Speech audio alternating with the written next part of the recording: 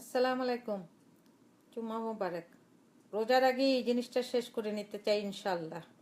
যে এত বছর ধরে এই জিনিসটা ঝুলে আছে যে আমি সালমান শাহ সম্বন্ধে কি জানি, নীলা চৌধুরীকে আমি কি জানি, নীলা চৌধুরী কেন আমার বিরুদ্ধে এই কুৎসা রটাচ্ছে, কেন আমার হাজবেন্ডকে নিয়ে পড়ে আছে যে মারা গিয়েছে, কেন আমার মরা বাপকে নিয়ে কথা বলছে, সেই কারণ বলছি। তো সালমান শাহের এই মৃত্যুর ব্যাপার নিয়ে সালমান ভক্তরা জানতে চায় রুবির কাছ থেকে। এটা হলো রুবির কথা, আমার বন্ধুদের জন্য না। দুনিয়ার কোনো মানুষ আমাকে কি মনে করলো এটাতে আমার কিছু আসে যায় না। তা কেউ কেউ আমার সাথে কেউ সম্পর্ক রাখলো কি না রাখলো তাতেও আমার কিছু আসে যায় না। আমি কোনোদিন এটা নিয়ে কেয়ার করি নাই, ভবিষ্যতে করবো না ইনশাল্লাহ। কেউ আমার সাথে থাকতে চাইলে থাকবে, না থাকলে না থাকতে চাইবে। আমার রেপুটেশনের কথা চিন্তা করলে আমার একটু চিন্তা নাই। আমার রেপুটেশনের আমার সব কিছুর জিম্মাদার যিনি তিনি সেটা রক্ষা করবেন। আর যে কথা বলছিলাম সালমান শাহের ব্যাপারটা নিয়ে অনেকের এই 20টা 21টা বছর খালি রুবি রুবি রুবি, বিরক্ত হয়ে গেছি আমি এই কথা শুনতে শুনতে। তো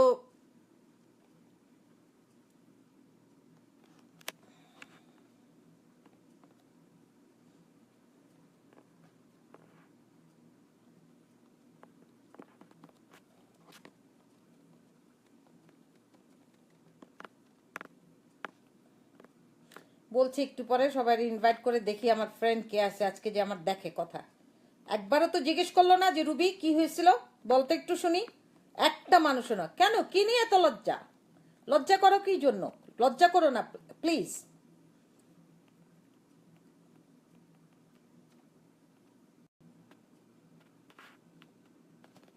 তো যেই কথা বলছিলাম, সবাই জিজ্ঞেস করে যে হ্যাঁ রুবিকে নিয়ে কেন, হয়তো জিজ্ঞেস করতে পারে যে রুবিকে নিয়ে কেন এই কথা হচ্ছে। সালমান শাহ ভিতরে ভিতরে আসবে কথাটা, যারা আমারে চিনে বা না চিনে।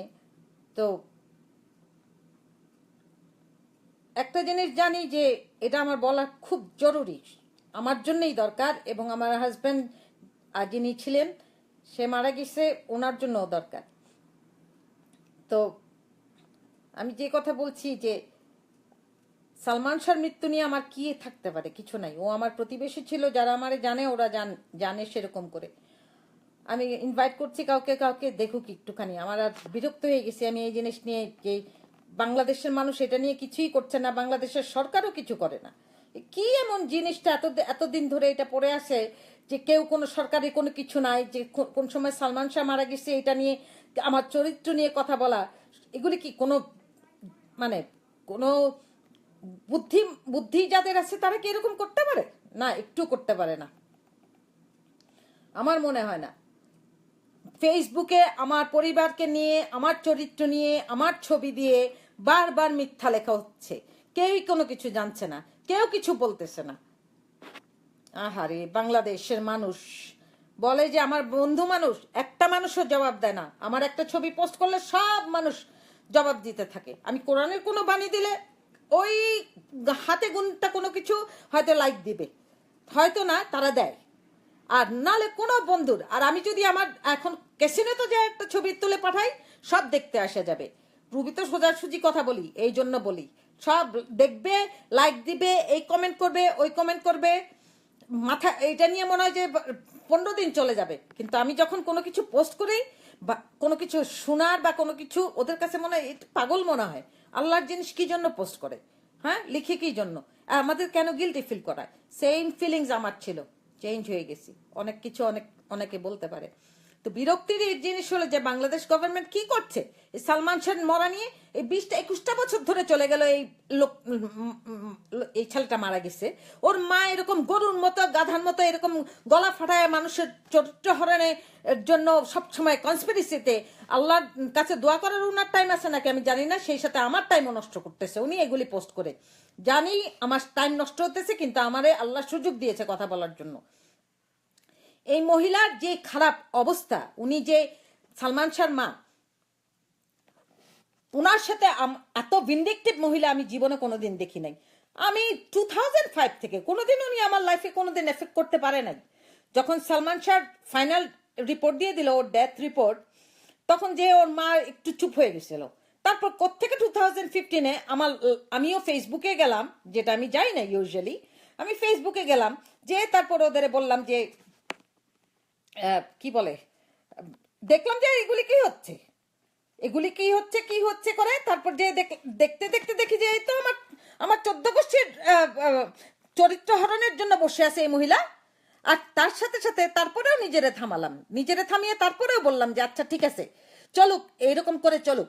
কেউ যদি আমার ফেসবুকের আমার কোনো ফ্রেন্ড দরকার নাই, যারা একটা কথা বলতে পারে না যে হ্যাঁ এটা মিথ্যা কথা বলতেছো, গালিগালাজ করতেছে বারবার আমার বাবারে, আমার ছেলের বাবাটাকে। একটা ফ্রেন্ডে আমি দেখেছি যে একবার ফোন করে বলছে যে রুবি আসলে কি হয়েছিল,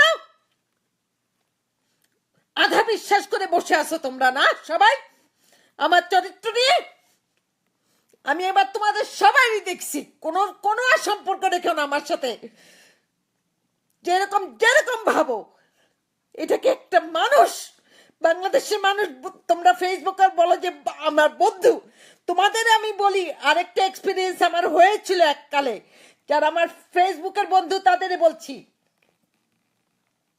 সেই 81 সনে যখন আমার হাজবেন্ড হসপিটালে যখন অ্যারেস্ট হয়, নিয়ে গেল যখন ওরে এখান থেকে সিএমএস থেকে, কই ছিলাম আমি? কেউ এসে দেখ একটাবার বলছে? 2 জন মানুষ মনে হয় আসছিল, কেউ এসে বলছে 19 বছর বয়স ছিল আমার, একটা বাচ্চার অসুখ হয়েছিল, ওর ম্যালেরিয়া হয়েছিল, তখন কেউ জিজ্ঞেস করছে? আমি চিটাগাঙে ছিলাম, 1 লাখটা মানুষ, আত্মীয় স্বজন বন্ধু বান্ধব কেউ নাই, জিজ্ঞেস করছে কেউ? আজকে আমার যখন সময় ভালো, সব এসে দাঁড়ায় গেছো, সব এসে ফেসবুকে বন্ধ হয়ে গেছো, ফ্রেন্ড হইতে গেছো তোমরা। কোনদিন এসে বলছো চিটাগাঙে যখন ছিলাম একটা 19 বছরের মেয়ে একটা 2.5 বছরের অসুস্থ বাচ্চারে নিয়ে সিএমএতে যখন দাঁড়ায় দাঁড়ায় বাইরের দিকে আকাশের দিকে তাকিয়ে ভাবতেছে যে আল্লাহ এটা কি জন্য হলো, কি জন্য হলো? কে আসছিল? এতগুলি বন্ধু, যারা ওরা বন্ধু ছিল, কেউ আসছিল? কে একটা মানুষ আসছে নাই? আজকে সব ফেসবুকে সব ফ্রেন্ড আসতে আসতে কমেন্ট করে। আমি এত একটা জিনিস লিখলাম যে এতটা বছর ধরে, 21টা বছর ধরে আমার পরিবারের আমার চরিত্র হরণ হচ্ছে, শেষ পর্যন্ত আমার মৃত স্বামীরে নিয়ে, আমার বাচ্চার বাবারে নিয়ে কথা হচ্ছে। একটা মানুষ কিছু লিখেছে না? একটা কথা আমাকে কেউ ফোন করে জিজ্ঞেস করছে যে কি হয়েছে? না।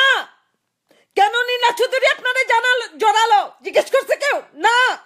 আমার সব কত বান্ধবী জানে, আমি ওদের কাছে বলেছি, কেউ কি একটার পর বলছে যে না এটা মিথ্যা, রুবি এরকম না? একজনও বলে নাই, একজনও বলে নাই। যারা সত্যটা জানে ওরাও বলে নাই। বন্ধুত্ব দরকার নেই আমার, প্লিজ। আমি ফেসবুকে থাকতে চাই না, জঘন্য একটা জায়গা। এখানে একদিকে ভালো আছে, এখানে বোঝা যায় কে বন্ধু আর কে বন্ধু না। এত নোংরা একটা দুনিয়া, তারপরে আল্লাহর উপর ভরসা করি যে হ্যাঁ দুনিয়া এখনো সুন্দর। ছি